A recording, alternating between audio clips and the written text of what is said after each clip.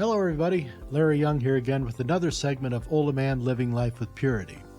And today I want to go back over a couple things I said in yesterday's podcast about what happened during the celebrations in Israel and in Gaza the other day when they were signing the peace agreement.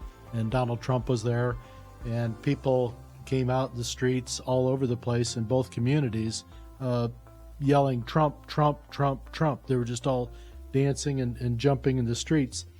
And this was happening on both the Jewish side of the equation in Israel, and this was also happening on the Palestinian side in Gaza, or the Muslim-ruled area. So everyone was having a uniform response to this, and this really scared the hell out of the Hamas enforcers, if you will, trying to keep the population in Gaza under control. They were really upset about this, and so what they did was they took the men who were kind of leading the rallies in Gaza with these areas of people jumping up and down and being celebratory. They took the men that were leading this, the instigators as they called them, paraded them down to the middle of the town square, lined up there. I believe there were 7 individuals altogether, lined them all up, and shot them all in the back of the head after a lengthy waiting period while the crowd gathered. They could build up the tension in the crowd so they'd have all these witnesses to see, you step out of line, you don't back what we're wanting to do, this is what's going to happen to you. So they murdered these guys right there in cold blood in front of everybody, calling them public executions for the sake of Allah. Now, I had reported that they had their heads cut off, but that was the original reporting I had was that 7 men, that multiple men had been executed and that they had been beheaded. Well, this wasn't the case. From the video I saw, just showed them all being shot in the back and in the backs of the heads. This is what cowards do. These aren't men. These are cowards who would shoot somebody in the back like this. This is, somebody who really is not a man, not a man at all. And these folks are cowards, and they need to be treated like cowards, and we need to mock them, and we need to laugh at them when they come out in society and they try to make their statements. We have to just treat them like they're utterly crazy, like they are, and to shut them back into their hole. Don't engage with them. Don't give them the power of the media to keep trying to explain their poor behavior here in murdering people. This is their method. This is what they do. This is the Islamist playbook. So the leaders in the fair town of Dearborn, Michigan, now, who with their mayor a couple weeks ago declared openly at a town meeting that Christians are not welcome in Dearborn. He said this to a Christian preacher who was asking about having some signs that were being put up on town roadways and county roadways giving tribute to Hamas terrorists. And the Muslims in Dearborn said, well, these guys have done good things for our community. Like what? Only for the Muslim community. But this is how they see Dearborn is no longer an American city. It is now an Islamist city. And even the mayor is basically treating it this way. And he's telling this Christian pastor to get the hell out of town and take all your friends with you because you guys aren't welcome here. This town is going Muslim. So what they're also trying to do now in Dearborn is they're trying to come up with a creative way to implement the Islamic jizya tax on non-believers so that they can have their churches in the town and things like this. They're trying to put their Sharia law over and above the U.S. civil codes and local laws. This is pretty bold, and this is going to have to be met with force much stronger than the National Guard, I think, in time. So they're moving methodically. They're doing their things they said they would do. You should believe them. And this is problematic because it's setting the tone for replication across the country. And this is not going to lead to anything positive. This is only going to lead to destruction. So this morning, I went down to the local convenience store, gas stations, and I asked one of the owner-operators who I had developed a bit of a friendship with in there. He's a Muslim. The whole family's Muslim, owns all the gas stations around here. It's their thing. And I asked him, I said, hey, you got time for, lunch today? I said, I'd like to talk to you about a couple things. So he said, yeah. So we went to lunch, and I asked him, because he's kind of an angry Muslim. He's not really happy with Islamists. He's not really happy with the local imam.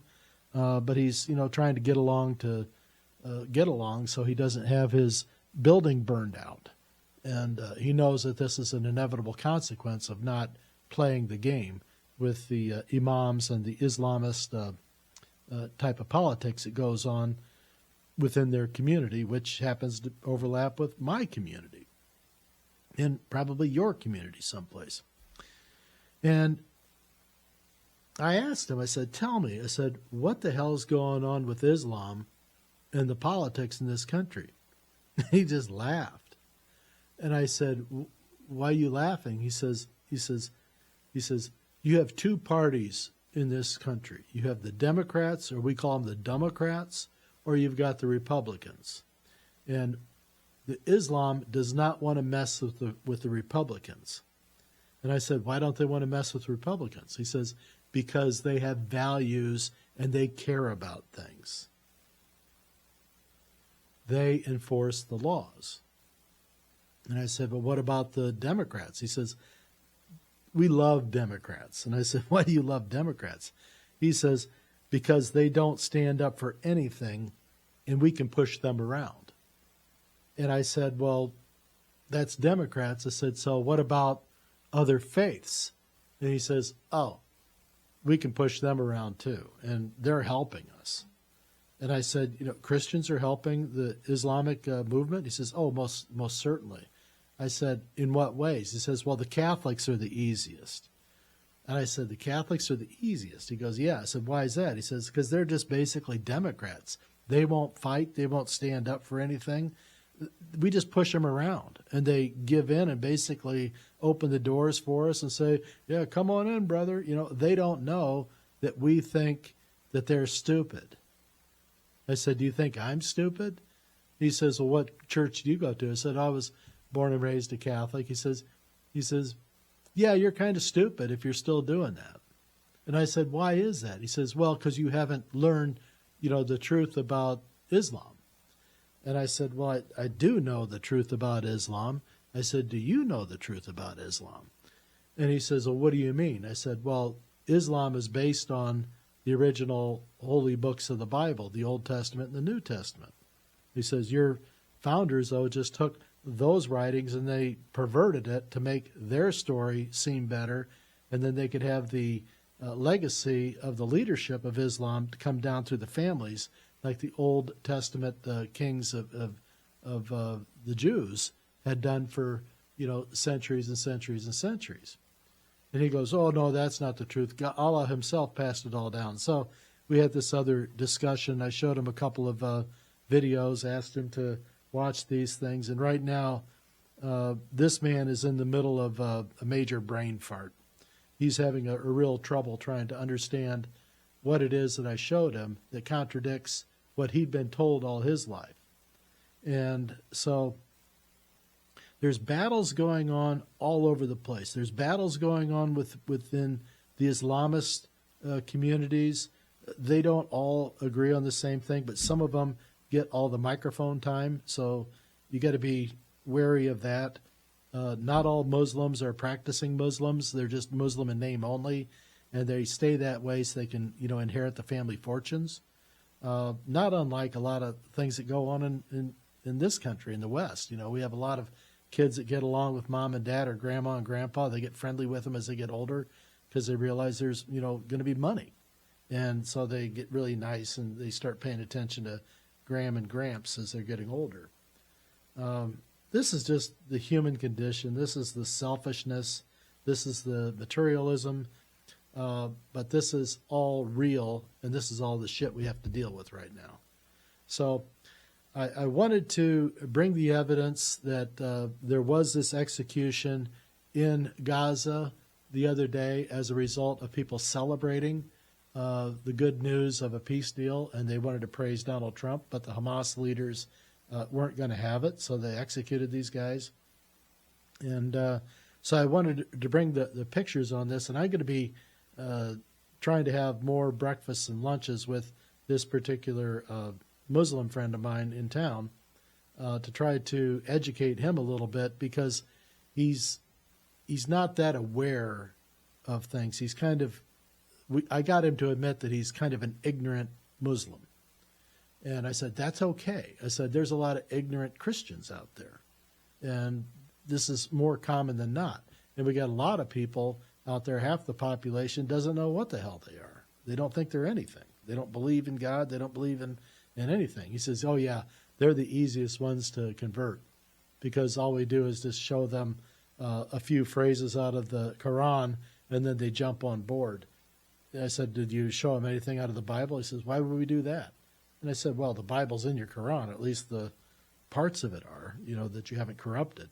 He goes, oh, no, the word's never been corrupted. I said, yeah, it has been corrupted several times. So anyway, we've opened up a discussion. I think it's interesting. He is very concerned, as is some of the members of his family, about what is being revealed right now to them. This man is about 40 years old. And so he's been living under this. He grew up in Pakistan and then moved here. He's working under a green card situation. But he has some really strange concepts about how the world works being here in the United States compared to how it was for him in Pakistan. So I'm really excited about learning more about this man's path and what his belief system is really based on. If it's based upon knowledge, on the punishment of the subjugation that comes from the family, you either do this or we're going to beat you, type of thing. Being schooled with the rod and not with the favor of the truth. So we're in a situation. It's going to keep growing, because we're not going to stop it just with these few voices that I have here, or the viewers that we have. But you need to share this. You need to make people aware. This isn't the sky is falling Chicken Little stuff. This is real. It's going on. If you haven't been to Europe in years and you go back, you will see major differences. You will see very, very major differences. So don't be put off by this, but learn about it. Watch videos. Make sure you're checking your sources of information. Why are the Muslims thinking that Catholics are such pushovers? They're right. Catholics as individuals, I found, will sometimes be very stubborn and will fight on an individual level. You put them in a group, and then it's all passive. We need to think about some few things. So in the meantime, I love you, and I'll be back.